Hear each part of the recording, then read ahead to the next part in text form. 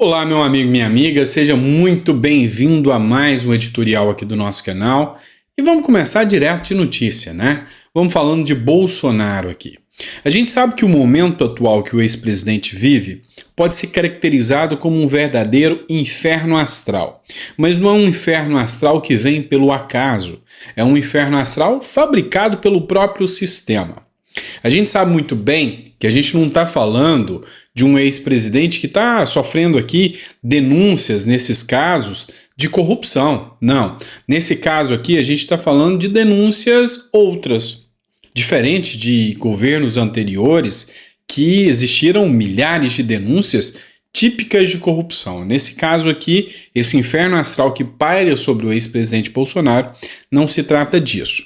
Analise comigo essa matéria do Metrópolis, que diz o seguinte: Justiça bloqueia R$ 87 mil em contas de Bolsonaro por dívida com multa. O ex-presidente Jair Bolsonaro foi multado por descumprir a obrigatoriedade do uso de máscara em São Paulo durante a fase mais crítica da pandemia. Vamos entender um pouco mais? Durante o período de pandemia, o ex-presidente Bolsonaro, presidente naquela época, realizou diversas motociatas. E nessas motociatas, ele não fez uso das máscaras, inclusive chegou a fazer discursos em público sem o uso da máscara.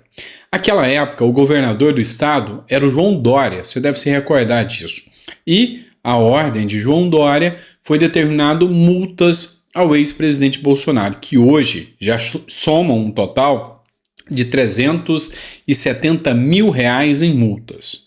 A grande questão é que em janeiro desse ano ainda, já na gestão Tarcísio de Freitas, a Procuradoria do Estado deu entrada nas ações e a juíza do Tribunal de Justiça de São Paulo já determinou que fosse penhorado o dinheiro das contas de Bolsonaro para pagamento da dívida de R$ 370 mil.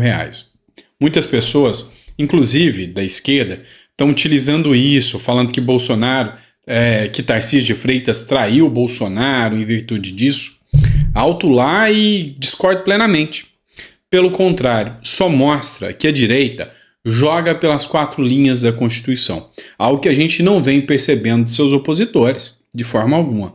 Então, a gente sabe muito bem, não se trata de uma multa ou de algo vinculado à corrupção.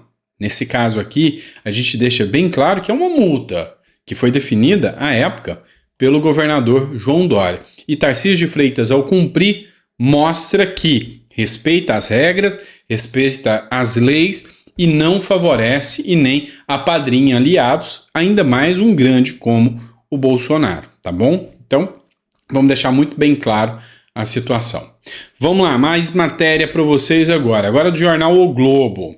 O TRE do Paraná, que é o Tribunal Regional Eleitoral, uniu as ações do PL e PT, que podem levar à cassação de Moro.